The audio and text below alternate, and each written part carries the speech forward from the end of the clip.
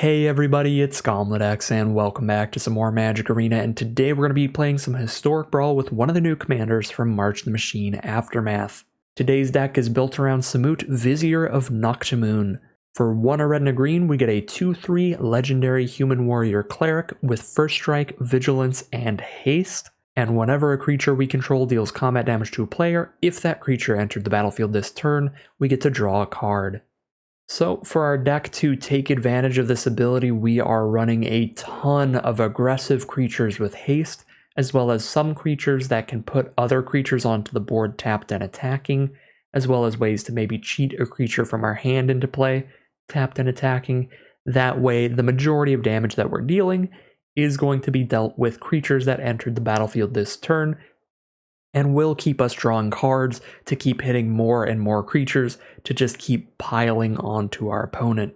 So the Vizier of Naktamun is a sweet commander for players that like to get really aggressive, playing a bunch of haste creatures, because it's going to let you play a deck that's pretty much all creatures and not really get punished too hard for it, because you have this massive card advantage engine in the command zone to make sure that you're not running out of creatures to play. You're constantly just jamming more and more and more stuff onto the board. So taking a look at the 99 now, we'll start off with Bomat Courier at 1 mana. 1 mana, 1/1 haste, so it's going to trigger the combat damage ability, and it can set aside a bunch of cards in exile to draw later by discarding our hand. Fervent Champion, just a 1/1 first strike haste to trigger card draw. Kumano faces Kakkazan, one of the best aggressive red cards in quite some time, and this does exile itself, then return to the battlefield transformed, so that does count as it entering the battlefield that turn, even though technically the saga part of it had been on the board for a few turns, so this does also work with our commander's ability. Rabbit Battery is going to get in with haste, as well as be able to turn any of our non-haste creatures later into hasting attackers. There's not a ton of non-haste creatures in here, but there are a few of them. Tin Street Dodger is a creature that can get around some blockers to get that combat damage in the turn it comes into play. We are running a few mana dorks like Elvish Mystic, Gilded Goose, and Lannery Elves, because we want to be able to have enough mana to dump out our hand, no matter how many cards that we're drawing. Plus we do have some bigger cards at 4, 5, 6 mana to ramp into. We've got a Shivan Devastator here, which is really flexible, fitting into the curve anywhere with that flying and haste, getting that combat damage in the turn it entered the battlefield. Earthshaker Khenra is a really nice card early game to pretty much guarantee that it gets damage in with its ability to shut off a blocker till end of turn. Feldon's a cheap haste creature that can draw us an additional card when he dies. Karizev is our first creature that is showing off the ability to create tapped and attacking creatures, being so good with the Vizier of Naktamun. With this one, we have the ability to create a Ragavan tapped and attacking every time Karizev attacks. And this one's particularly great with our commander because Ragavan exiles itself at the end of combat, which means we get a separate Ragavan next turn that's also a creature that entered the battlefield this turn. So with this one, Ragavan will always count as a creature that entered the battlefield this turn. Next up is Robber of the Rich, a great haste creature that can potentially draw us some cards out of our opponent's library if we're low on cards. Tillinolli's Summoner can give us a ton of tapped and attacking 1/1 elementals that entered the battlefield this turn, potentially drawing us a boatload of cards if our opponent doesn't have enough blockers to block like 5 or 6 elemental tokens. So Tillinolli's Summoner can absolutely pop off in this deck. We've got Armored Scrap Gorger, Humble Naturalist, Elysian Caryatid, Incubation Druid, Llanowar Loam Speaker, and Paradise Druid, again for a ton of cheap mana dorks. So as we're drawing cards, we're dumping out mana dorks so that the next time we draw cards, we can dump them all out more quickly. Brushfire Elemental is a cheap little haste creature that's hard to block early in the game to more often or more frequently guarantee that it gets its first card draw. The Zertog Goblin's a 2 mana 2/2 haste if we're trying to trigger our combat damage ability, and a 2 mana 3/3 if we aren't. The Ahn-Crop Crasher, very similar to the Earthshaker Khenra, just a great cheap haste creature that makes it hard for our opponent to block. Arni Brokenbrow, just another efficient haste creature. Arni Metalbrow is a card that's very nice in this deck as well because, again, we're going to be drawing a lot of cards, so we might have some higher mana cost creatures cluttering up our hand, and with Arni, when we're attacking, if we have a decently high mana value creature already on the board, then we can spend 2 mana to put one of our creatures from our hand on the board immediately tapped and attacking, which again triggers our commander, gives us extra card draw, and potentially casts that creature for a reduced mana cost. Captain Lannery Storm is great, fueling us with treasure tokens to dump more cards out while being another haste creature. Fable of the Mirror Breaker is self-explanatory, one of the best red cards ever printed, and in this deck it can create tokens of any creature that we want that will count as haste creatures that entered the battlefield this turn. Hanweir Garrison gives us 2 1/1 tapped and attacking humans that entered the battlefield this turn. We also have our 1 Hanweir Battlements, so if we're super lucky, we might be able to get both onto the board and meld them together into the writhing township. We've got Laelia the Blade Reforged as another card advantage engine, letting us constantly play cards from the top of our library by exiling them, then casting them. Legion Warboss is another card to produce creature tokens to hit our opponent with and draw cards. Reckless Stormseeker can give any creature we choose haste, potentially trample and haste later in the game.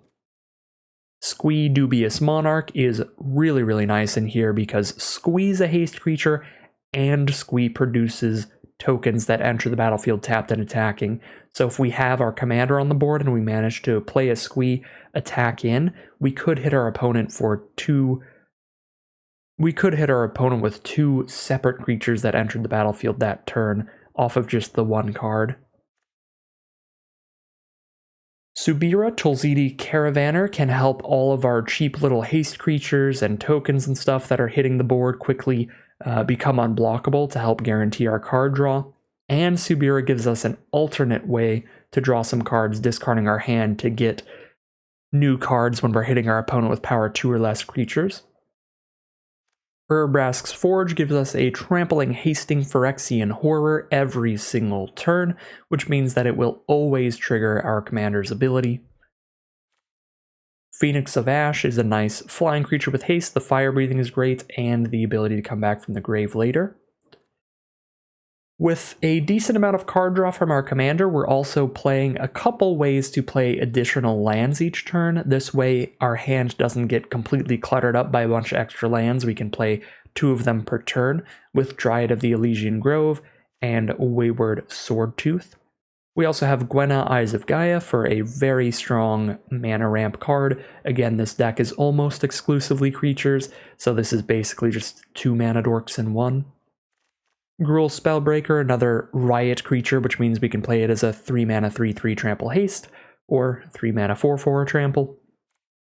Rhythm of the Wild is going to give all of our creatures riot and make it so our opponent can't counter any of our creatures. So with Rhythm of the Wild, basically our creatures are all uncounterable, and they're all going to come with a +1/+1 counter, unless we draw some creature that doesn't have haste. Again, there's not a lot of those in this deck, but there are a couple. If we do draw one of those, we can even use this to give that creature haste if we want. Up next is Delina Wildmage, one of the few creatures in the deck that doesn't have haste, but she's got a very strong ability to work with our commander, being able to spit out tapped and attacking copies of any creature we control, which will again trigger our commander, as well as get extra damage in. We've got Hellrider. We've got a decent amount of token producers, not like a ton of them. We're not a token deck, but we have some amount of token production and just a really high creature count in general. So with Hellrider, we're going to have some pretty wide board states attacking with a lot of creatures. The Hellrider is going to get a lot of extra damage in and put a ton of pressure on our opponent's life total. Rampaging Raptor is just some beefy trample hasty damage. Thundering Raiju, again, just some big beefy damage, as is Questing Beast, just classic massive trample haste creatures. Ulvenwald Oddity fits that bill as well. Grand Warlord Rada seems very nice for this deck. Again, Majority of our deck is creatures, and we have some creature token production, so Rada could add a lot of mana as we're declaring attacks, which then we can use that mana to dump everything that we've drawn off of our commander. Helena and Elena are just a really strong card in red and green, and they can give any creature we play haste if it doesn't. Charging Monster Sword is just a classic big trample haste dino, big fan of the card. Burn Down the House gives us one board wipe just in case, and synergizes with our commander. If we don't need a board wipe, we just make 3 hasty devil tokens to try to connect with. Glorybringer is super nice as a hasty creature that also works as a removal spell. Goldspan Dragon, hasty creature that gives us mana ramp. Urabrask the Hidden is beautiful in this deck, mainly making all of our opponent's creatures enter the battlefield tapped. Giving our creatures haste again isn't the craziest thing ever because most of them already have it, but making it so it's really hard for our opponents to produce blockers is pretty excellent in a deck as aggressive as this. We then have Urabrask Heretic Praetor. This one is going to just draw us a bunch of extra cards. Volatile Arsonist is a very hard to block haste creature that comes with some miniature removal spells attached, dealing 1 damage to one of our opponent's creatures every turn, potentially 2 if we flip to nighttime. Inferno of the Star Mounts is just a big game-ending flyer, bunch of haste damage in the sky. Ravager Worm gives us more removal off of our creatures, as well as a creature that can come down with haste with the Riot ability. Koglan Yadaro, again, another removal spell style creature, but it could also enter the battlefield as a trample haste card. And then last but not least, we have a Skitterbeam Battalion. We can play this for 5 mana as 3 2/2s with haste to slap in and draw a card every time we hit them with one of them. Or we can play it for 9 mana as 3 4/4s with trample haste and get more towards trying to end the game there.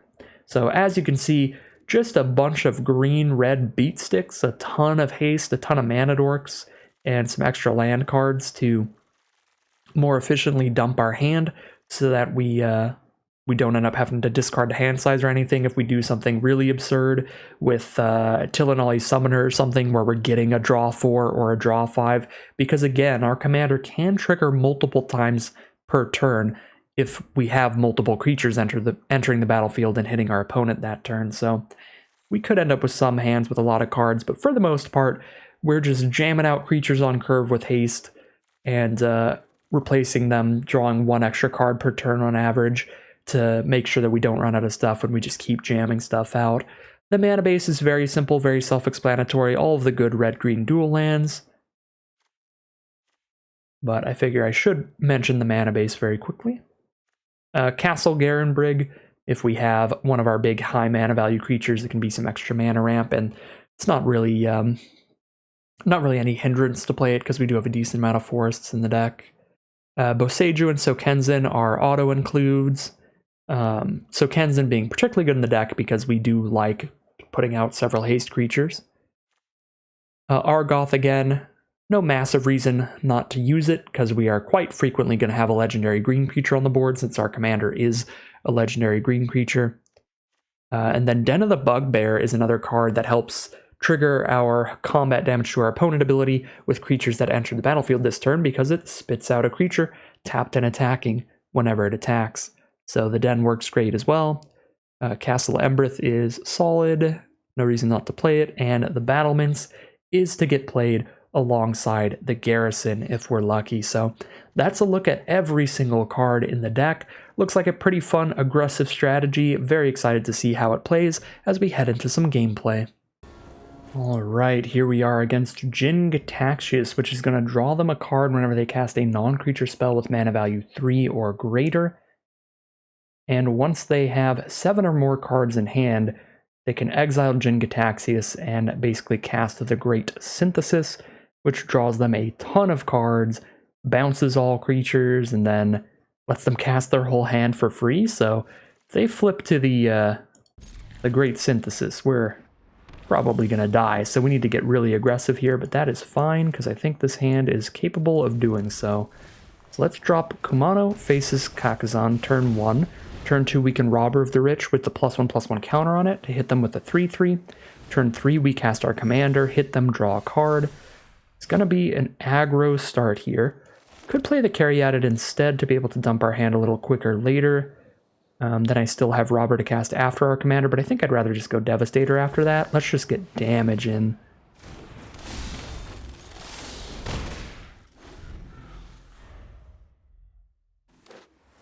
So our opponent has ran out of Mind Stone for a Mana Rock, and now a Karn Silex for a board wipe. So pretty much definitely going to board wipe us, but we can draw 2 cards just by hitting them here and do a lot of damage to our opponent. So I think I'm just going to force them to use the Silex immediately. We're going to draw 2 cards because Samut's going to trigger, as well as the Etching of Kumano. So even if they board wipe us, we have a full grip.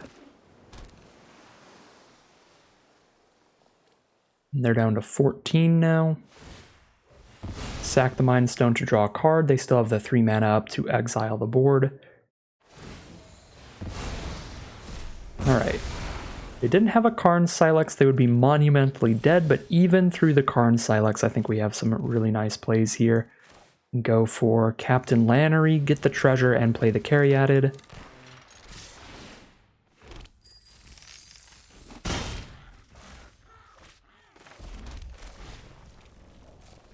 Next turn we'll have 6 mana up now against our opponent at 12 life.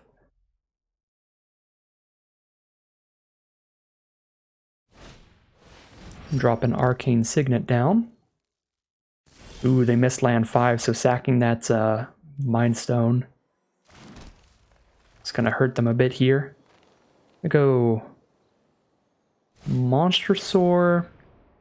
Give me a 4-power creature for the Caryatid to add 2 mana, and then post-combat I could cast Arni Metalbrow. Unfortunately, they do have a Supreme Will, but that's fine. Then I'll just send in the squad for 3. They're down to 9. Pass the turn. Next turn, we'll just go for like a pre-combat Phoenix of Ash or Shivan Devastator. Oh yeah, Jin Gataxias here. That should mean they're not dead, but they take all the Devastator damage. Is there a way to kill them? So Caryatid could add 2 mana if I make a power 4 Devastator, so I could go red, 1, 2, 3, 4, and Caryatid for 2. I could do a 5-power Devastator and a 2-power Phoenix of Ash. I think that's the best I can do here. It's Menace. No, First Strike, Vigilance, Haste, so that gets blocked by Jin. It's 5 mana. Yeah, I think we go 5/5 Shivan Devastator. And then Caryatid can cast the Phoenix of Ash, so we can hit for 7 here.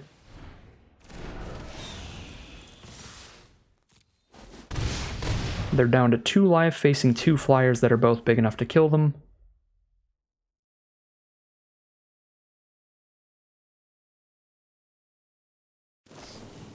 Thirst for Discovery is the play for the turn. They draw a card, and then they draw 3 more and discard a basic land.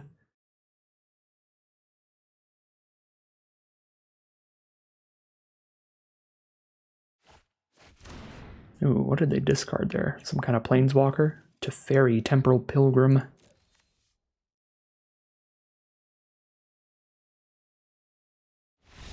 And they are going to scoop it up. It's going to be too much early damage from our Gruul aggro deck.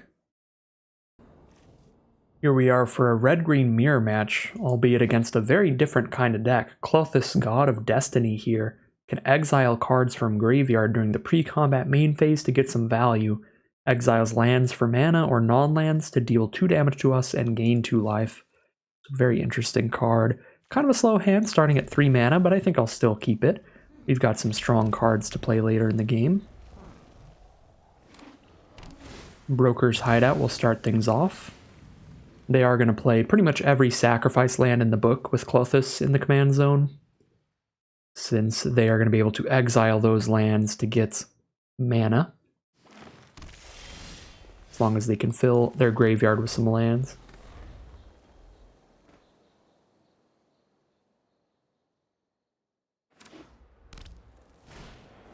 Gala Greeters is the first play from our opponent, giving them some value. Whenever a creature enters the battlefield under their control, they can get a treasure, or some life, or a +1/+1 counter on the greeters.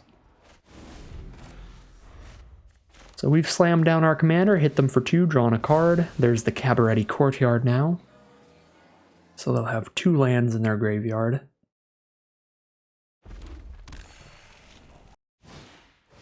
Reckless Impulse. Draw a couple cards. They can play them until the end of their next turn.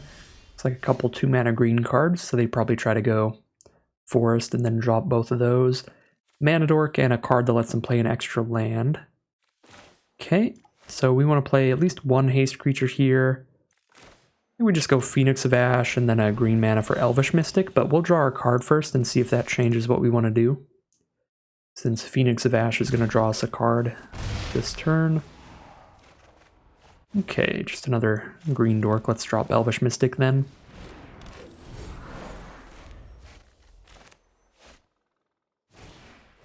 Zeus's Many Journeys. You can play an additional land. They're going to go Field of Ruin. Are they going to play an additional land? Goldhound. Get a tapped treasure, probably. Yep, tapped treasure and Bomat Courier. Get a +1/+1 counter on the Gala Greeters, and they did not have another land to play there. Alright, we've got 6 mana up now. I could play Monster Soar. I could play Urbrask. Urbrask would be a 4/4. They could block it with everybody. And if they chump block it, it wouldn't trigger. I think I'd rather just play Monster Soar and guarantee the trigger here. Samut can still attack in without fearing death.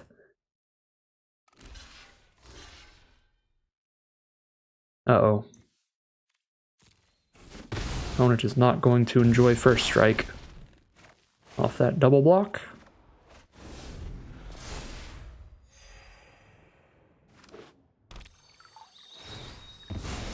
Here's a Fabled Passage now for our opponent. They've got a lot of lands in their grave for their commander. We've got a really good board state. We're keeping good pressure on our opponent, but our opponent still has quite a bit of life. And there's a life linker, and their commander can really grind out a long game too, so this game is far from over.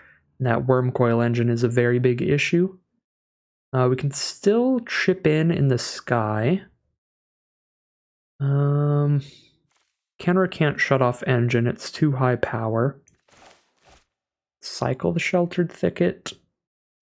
Looking for some other stuff. I could also just drop an Urbrask and sit behind it. Draw extra cards off that for now.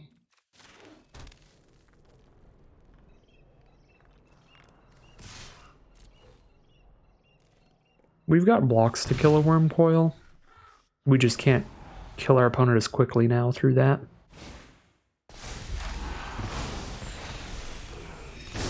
Because they are going to gain the first 6 life minimum. Which means they have time now to drop their commander and start gaining 2 life per turn, exiling their non-land cards from grave. Tarmogoyf, just as a 3/4, that's fine.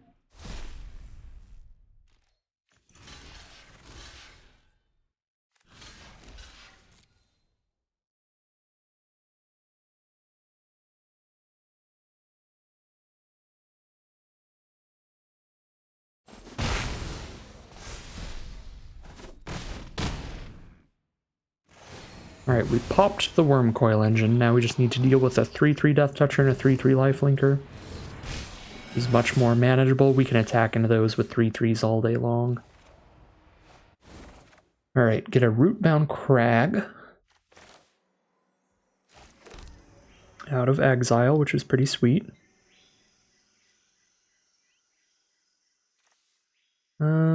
Khenra goes by power, not mana value. Alright, that's not the bestest. Probably just attacking in the sky again for a turn here. We just drop Stormseeker double mana dork. And then Stormseeker could give like Arni haste next turn. That's a big play. Yeah, I mean, we could just sit here and go for Urbrask value. Try to outgrind the grindy commander here with card advantage.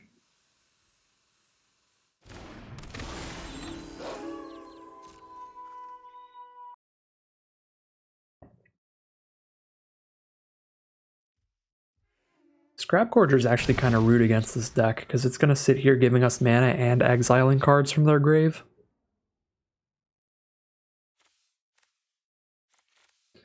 They've got enough in grave, though. They're still going to be getting value, but chip away some of those cards. Try to make it not infinite value.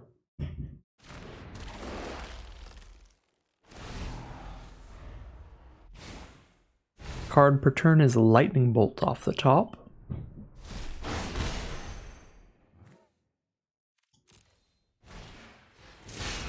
Light Up the Stage is the card in hand, which gives them a land and a land.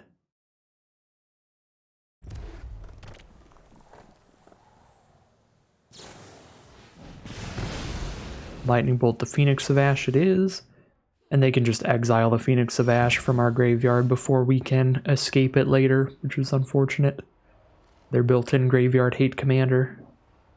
Gonna stop the Phoenix from rising from the grave. Alright. Play the Fervent Champion from exile. While we still can. Got a 5/6 Tarmogoyf now.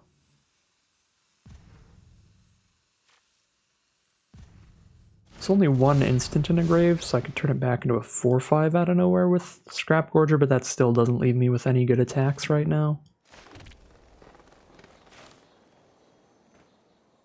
Probably just run out all my stuff. Get a wide enough board state eventually.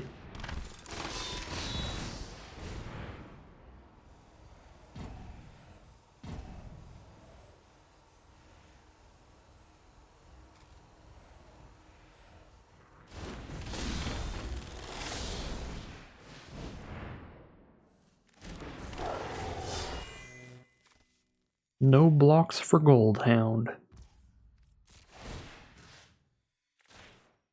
Alright, once the Stormseeker flips, we start making something a trample haste creature every turn, but again, we gotta get through a Tarmogoyf. But I think that's fine. Another land for our opponent off the top. Go for the Phoenix of Ash, exile. I think I can at least stop them from draining us for life doing this. Yep. They do not get the life drain ability. They do have an Argoth on board, so they can start milling and making 2/2s. Make sure they still have plenty of stuff in grave.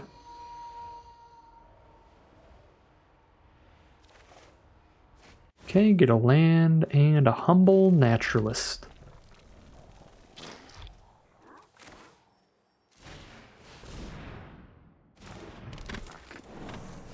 We have entered the board stall of all board stalls. They're going to get a bear every turn. We're going to get an extra card every turn. Ooh, Shadow Spear. That is a pretty good one.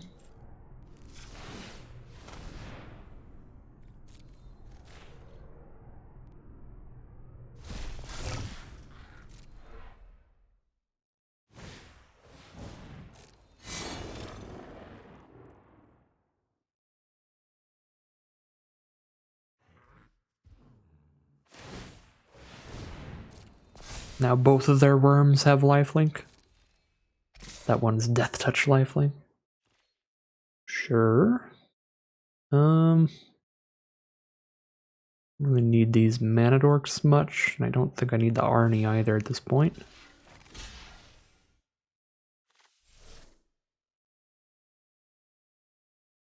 A weaker 1/1. Now we'll go Naturalist there.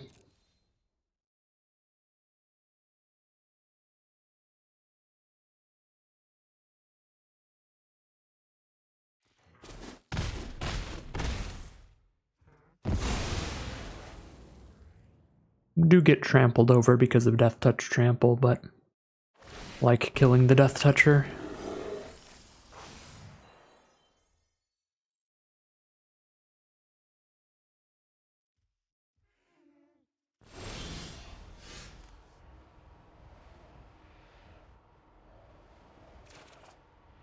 Forest. Questing Beast. Can't be blocked by creatures with power 2 or less. Just make a Death Touch Trample Questing Beast.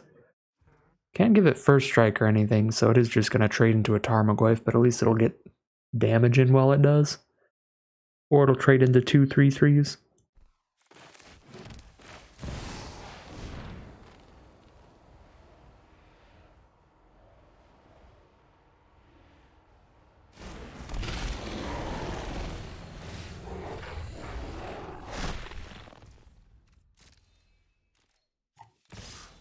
So we get to draw a card and trade into one of their creatures here. Or draw a card and keep a Questing Beast.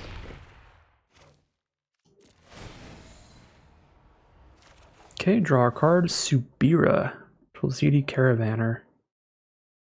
Creature power 2 or less can't be blocked this turn. Oh my god. Okay, that's gonna be massive.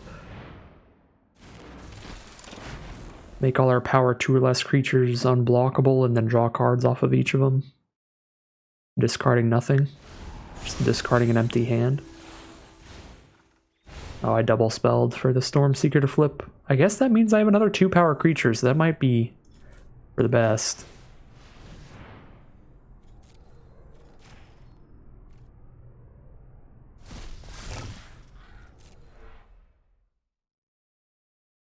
They drew another land.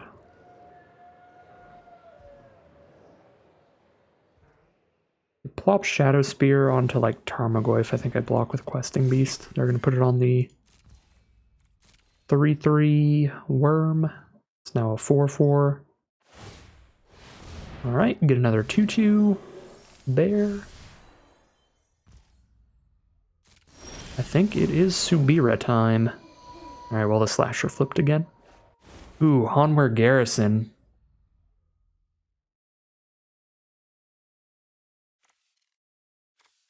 I can't give that haste without buffing it and making it too big for Subira.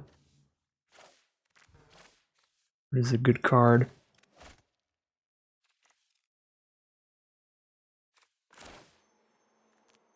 Okay. I think I'm going to play Spellbreaker as just a 4/4 here.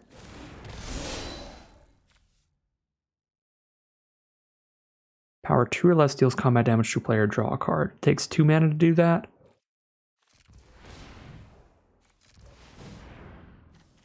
So, make 2 creatures unblockable, draw 2 cards, and then still play Garrison, so I think that's what I do.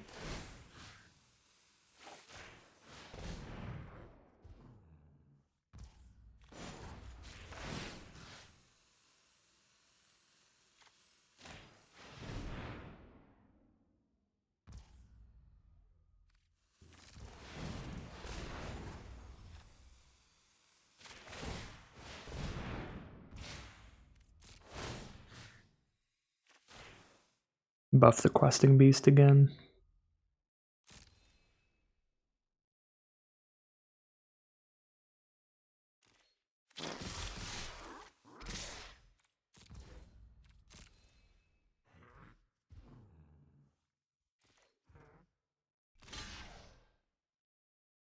So we're going to deal 4 damage, draw 2 cards, trade into the 4/4 Worm. And I think we still deal like 1 point of damage there. They gain 4 but take 5.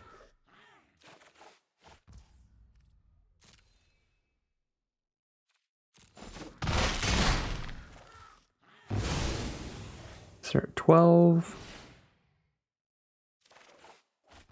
Couple lands for us, that's fine. Obviously drop the Garrison. Pass the turn. Maybe even just Subira for lethal next turn. Yeah, this Scrap Gorger just completely shut off all of their life drain. Has really kind of nullified their game plan of locking up the board and draining us out. Because they just haven't gotten to drain at all. Scrap Gorger, kind of a hidden MVP this game. Subira, a very, very obvious, very flashy MVP. Or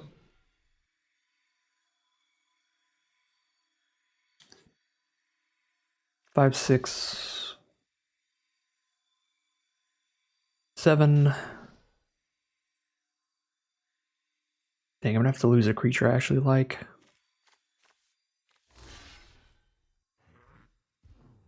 Guess I'll lose a Stormseeker, that seems fine. Oh, we gotta kill the Tarmogoyf.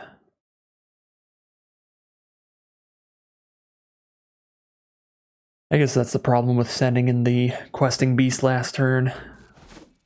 We give our opponent a massive life-gaining Tarmogoyf swing. It'd still gain all the life, but we could have killed it a lot easier with the questing beast still around. Well, that simplified the board state, and I think we're still pretty far ahead on board, so that's okay.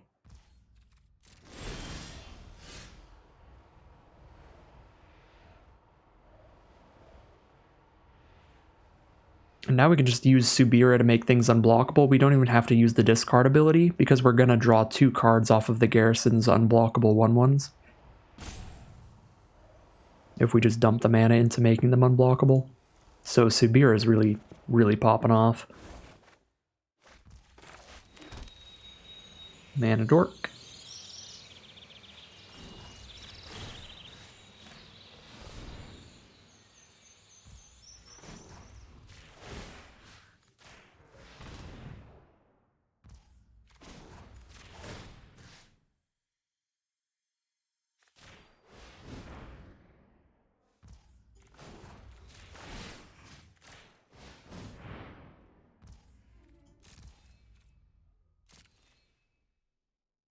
Full control just in case it doesn't naturally give me the opportunity to give these unblockable.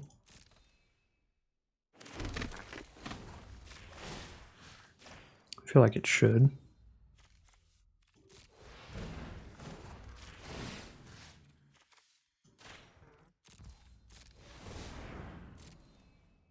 But there we go. Play it safe there.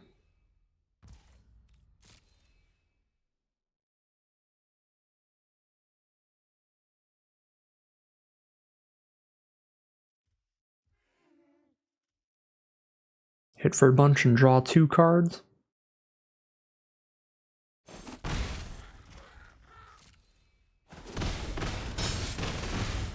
It might be worth it to have just discarded these 2 to draw like a million more. Then I'm like mostly tapped out. Oh, it's just more lands. Alright, it would have been worth it because we wouldn't have had anything to spend all this extra mana on, it looks like. Ooh, what is that? Terror of the Peaks? Pretty big one.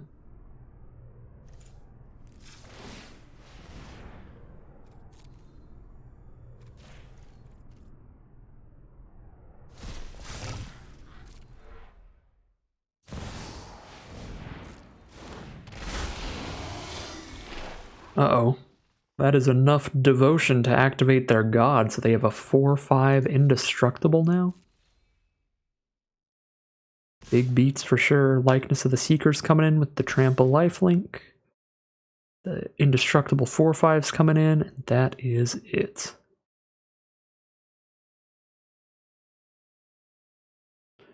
They gain 4, go to 14. 1, 2, 3, 4, 5, 6, 7, 8, 9, 10, 11, 12. So close to lethal on the crackback, but not quite there. Actually, Castle Embereth is going to give us lethal. Okay, so we're good. We can just take it all and then Castle Embereth them.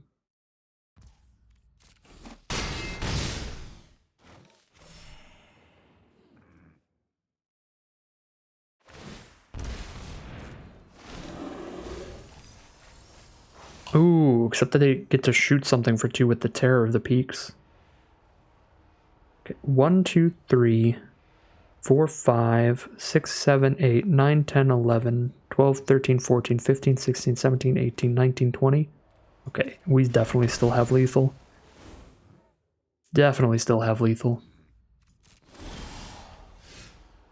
We're all good. So we're going to make all of our creatures with power 2 or less unblockable, attack with them all, and then we're going to buff them.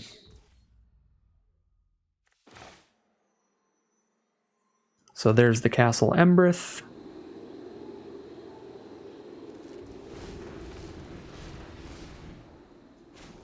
Let's get 6 mana just for creatures and abilities. Play a Bomat Courier. I don't think I need to play this Brushfire Elemental. So start using this mana. 1, 2, 3,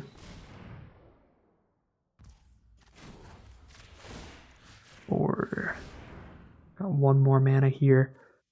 Need 4 mana up for Castle Embereth. 3 plus the Embereth itself. 1, 2, 3.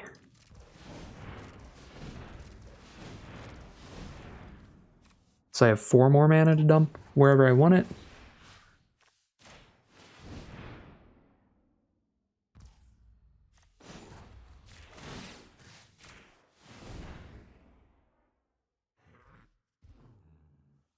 I shouldn't have pre-tapped this because I could have had 1 more mana up for making 1 more 1/1 from Garrison unblockable. This is already 1, 2, 3, 4, 5, 6, 7, 8, 9, 10, 11, 12, 13, 14, 15, 16, 17, 18, 19. It's already well over lethal, so we're good. We go to combat. Send in for 3, 4, 5, 6, 7, 8, 9, 10, 11, 12, 13, 14, 15, 16, 17, 18, 19.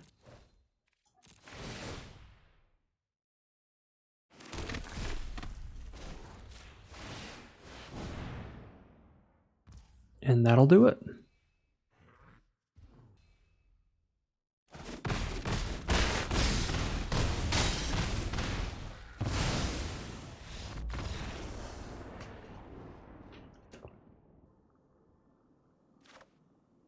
Alright, here we are against Gonti, Lord of Luxury, a very classic commander that's just going to be casting stuff out of our library.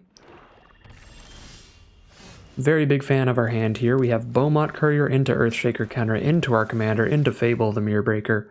All kinds of very powerful cards to curve out with. Very quickly.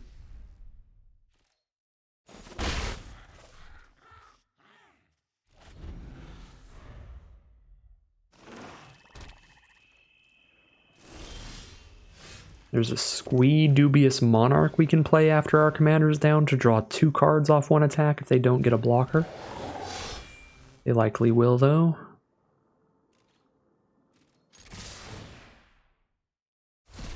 Or at least have a removal spell for our commander so we don't get the card draw off playing the Squee.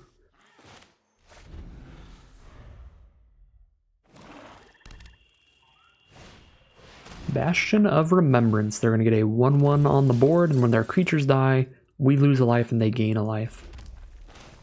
So I'm just going to play the commander, force the chump block there, get in for 3. They could trade into either one of these, but if they do, we get to draw a card, which is fine. I would be the happiest if they chose to trade with Khenra, because that can be recast from the graveyard as a 4/4.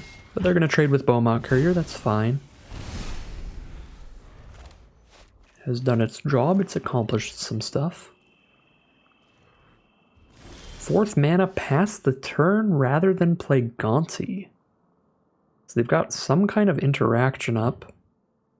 I'm gonna run out of Squee and hope for the best.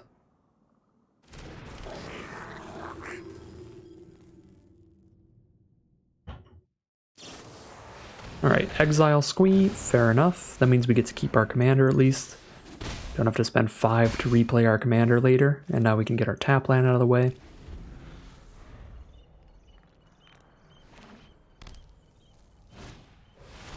Here comes a Gonti. They're going to get some kind of big, hasty red or green creature.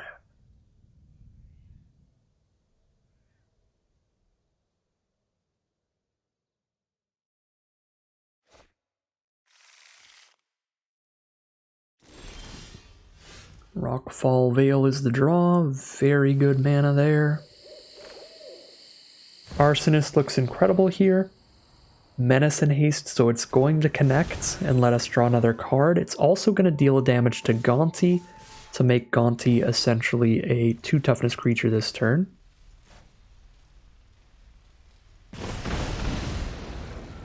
Throw those torches everywhere. My volatile arsonist friend. Apologies about that. Let me mute my phone.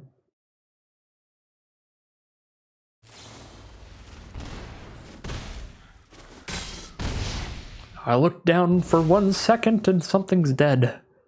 Oh, Malakir Rebirth for the Gaunty so that they can put it back on the board. Get another card out of our library. They're still down to 7 though. And we are still going to draw a card here, so I guess they do get to drain 1 life with Bastion of Remembrance. But we are getting damage in here. They are single-digit life totals now.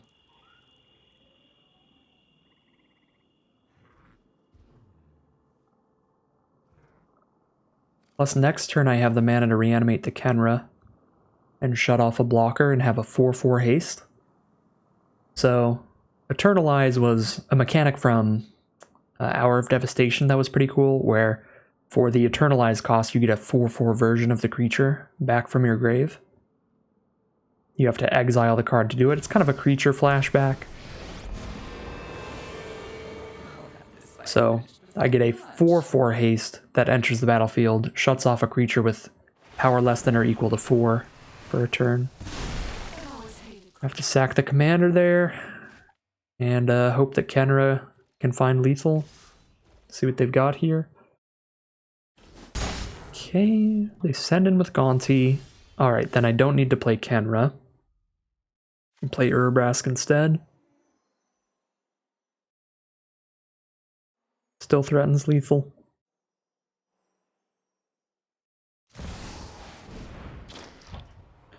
They probably have a removal spell, but this is still going to be one of our best lines. They kill one of our creatures, we deal 4 to them. They allow us to declare attacks. Arsonist is just going to straight up kill Liliana on the declaration of attack, which is excellent. And they do allow us to declare attacks, even if they have instant speed removal. Village Rites, sack Gaunty, draw 2. Drain us for a life so that they will be at 9, but Arsonist shoots them for 1 to keep them at 8. Just still being dead on board, and there's the cast down for the Arsonist. Alright. So pretty happy we actually got to attack with Arsonist then. Had they played that a little bit earlier, their Liliana would still be around there. The Eldest Reborn make us sack the Urabrask, but they only have 1 mana up. If they don't have 1 mana interaction for this Khenra, that'll do it. Tempted to go Rhythm of the Wild and play a different creature, but none of those are big enough to kill them in 1 swing, so we gotta play the one that can. Send in Earthshaker Khenra, and boom, that is the final 4 damage. Oh, Earthshaker Khenra, how I missed you. When I first started playing Arena, it was during the beta where mono red aggro was pretty sweet in standard, and Earthshaker Khenra was one of the super sweet cards at the time for that strategy, so played a lot of Earthshaker Khenras in my time, and I will never not be happy ending a game with my zombie Jackal Warrior for 4 damage. Always a sweet time. Here we are against a Marrow-Gnar deck, which is going to be a rat deck. Potentially just running a bunch of the rat colony kind of thing. The 2 mana 2/1 that gets +1/+0 for each other rat you control, and you can play any number of copies of it, even in Brawl. Yep, it's going to be a rat colony deck. So they're just going to play a bunch of those. They're just basically goldfishing. Play a bunch of rat colonies. We just got to see if we can outpace a bunch of rat colonies having fear on turn 5, which I think we probably can with this hand, but we'll find out. I mean, our commander attacks in just forever really well. As do our goblin tokens from Legion Warboss, so we'll play that as well here. They've got 1 toughness creatures, so with First Strike that's going to play really well against them, and just 1/1 tokens play really well against them. I have missed land 4 though, which is not good. I guess I'll drop the 7 mana Koglin Yadaro, or 6 mana Koglin Yadaro there. Most expensive card in our hand either way. Piper of the Swarm. Give all of their rats menace. That's not great. They don't have a good attack here still. Our commander having vigilance is just beautiful. Hellrider it up. Gonna trade with Hellrider, but that still slows them down, which is fine. Because next turn they're just gonna give them all fears, so we need to take all the trades we can, I think.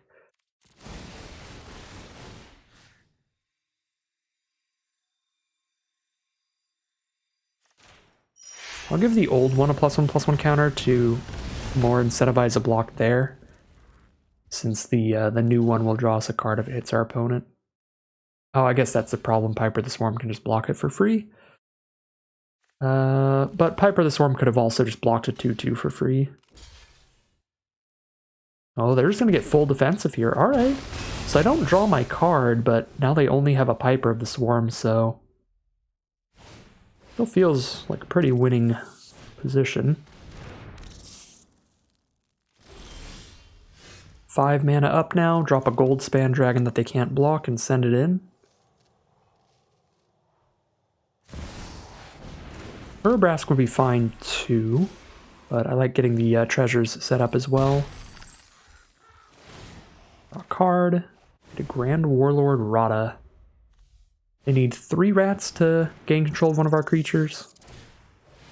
They definitely have that many rats, but it also costs 4 mana to do it. Alright, the menace is going to hit us hard here. We're down to 15. Any way to lethal them? Don't think so. I can force some blocks though, which I think is where we're at.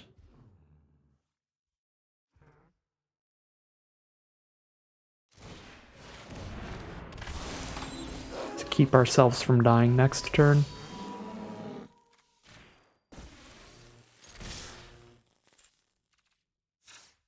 Exert the Crasher to shut off the Piper of the Swarm as a blocker. Force some trades with rat colonies so that they can't hit us for lethal next turn off of playing the Fear card. And then we just try to kill them with one more swing next turn. Oh, and I've got 4 mana now, so I can play the Grand Warlord post-combat.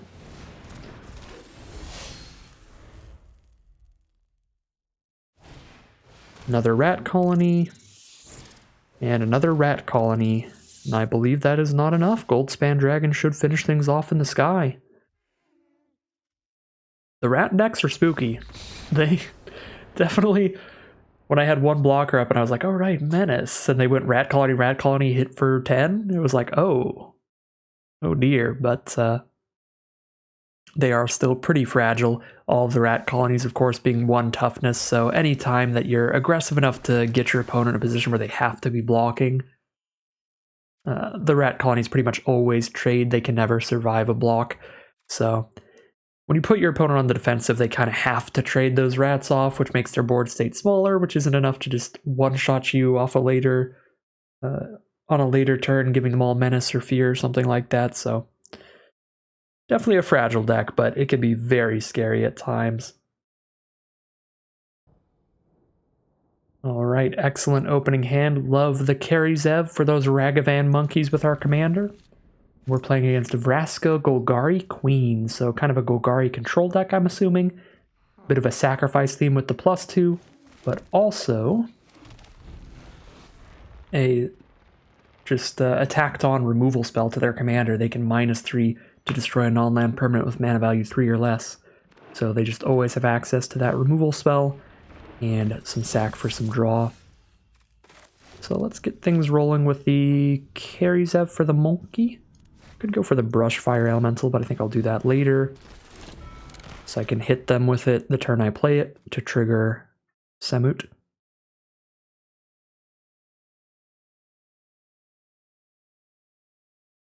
I don't actually know how Samut is pronounced, which is why I have been referring to our commander as our commander a lot more than normal in this video. I try to pronounce things right, so I like to, if there's something I really just have no idea, I like to Google it. And the internet does not have an answer for me on Samut. but it seems like most people in a Reddit thread said probably Samut. But I couldn't find anything very definitive, so if anybody knows for sure, feel free to let me know in the comments section. So our opponent did have the cheap removal spell for Carry Zev, so we do not get to hit our opponent in the face with monkeys, which is always a sad state of affairs when you can't throw monkeys at your opponent.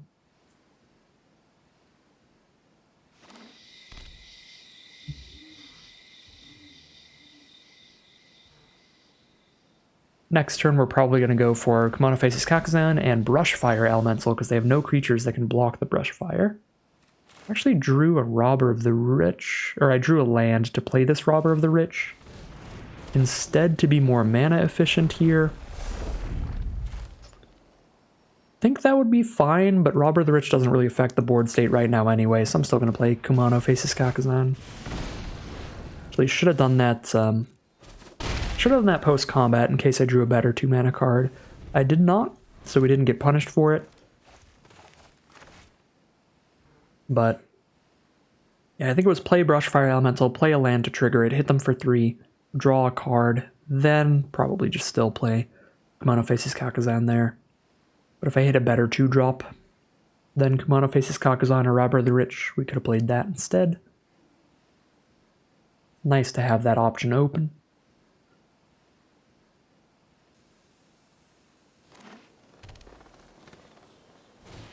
Four mana up for our opponent. They could play their commander, but they're going to go for a Kinkerbloom here. Can destroy an artifact or enchantment for 1 mana. They have to sack it, but they could kill our enchantment creature. They're going to Smell Fear to blow up our Brushfire Elemental, so we now don't have a great way to get in anymore. Go for a 5/5 Questing Beast here. That seems like as good a way to hit them as any. Let's play the Castle Embereth first, though, so I can have red or green up.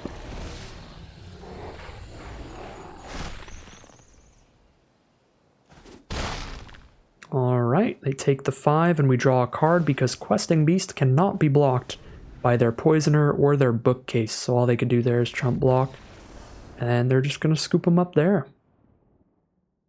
Large Questing Beast gets there for the victory. Alright, we got both our colors here. Good 2-drop, 3-drop, 4-drop, 5-drop. And obviously our commander on 3. That'll be a keep. Our opponent's on Light Paws, Emperor's Voice, which can help them search for whatever auras they want and attach them to Light Paws. So they're going to be just loading up their commander with a bunch of different auras. Just stocking it up. No turn to play. They don't run out their commander here. They're holding up some kind of interaction they really want to play. I guess you can kill my Brushfire Elemental. Absolutely go for it.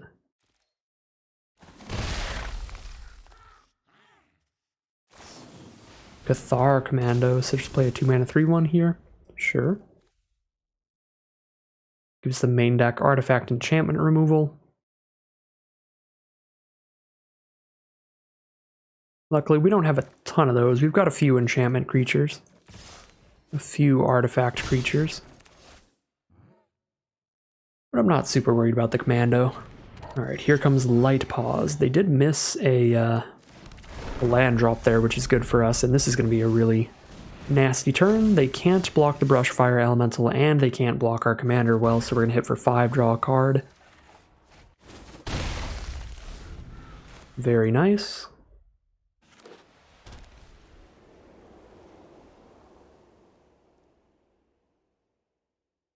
They have hit their 3rd land now. They're going to lay down arms on our commander. Our commander back into the command zone. Probably not recast them for a while.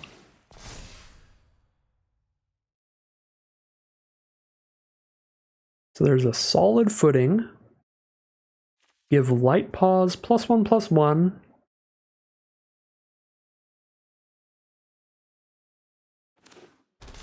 If it gets Vigilance, it deals combat damage equal to its toughness now, and they gave it Vigilance with their other cards, so now they're going to try to put some large toughness enchantments onto Light Paws. Okay, I mean, we're racing here. A Dryad Khenra to play more cards this turn. Get more mana out. I almost feel like just Raptor Send-In is better. I mean, I guess I buffed the Elemental up to 5/5, so we hit just as hard this way. And we have more mana to play around with next turn.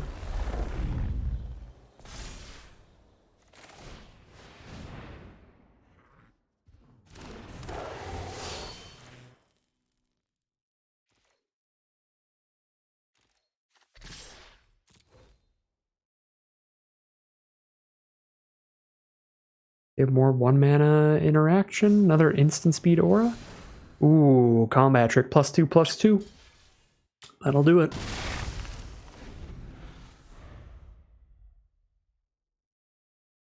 Goodbye, Brushfire Elemental. Shadow Spear. Trample, Lifelink, Vigilance. That's a bit too much for us to handle here. Oh my god, all that glitters now, and they get another aura from their deck onto the Light Paws. They are popping off. We are super dead. This is definitely one of the flaws of running a deck with very little removal. When your opponent's on the Voltron deck, you're going to get crushed. Down to 8 now. Yeah, I mean, I can shut off the blocker with the Crasher, but I can't not die next turn. Go like Rada here. Get like a few mana. Oh, this is unreasonably large Light Paws. 6 mana total. I can only play 1 spell unless I get more mana out of Rada, and the only way to do that is to Trump attack. Yeah, I mean, there's nothing we can do. We'll just play an Urbrask, send a message. Boom. Spooky Praetor is here.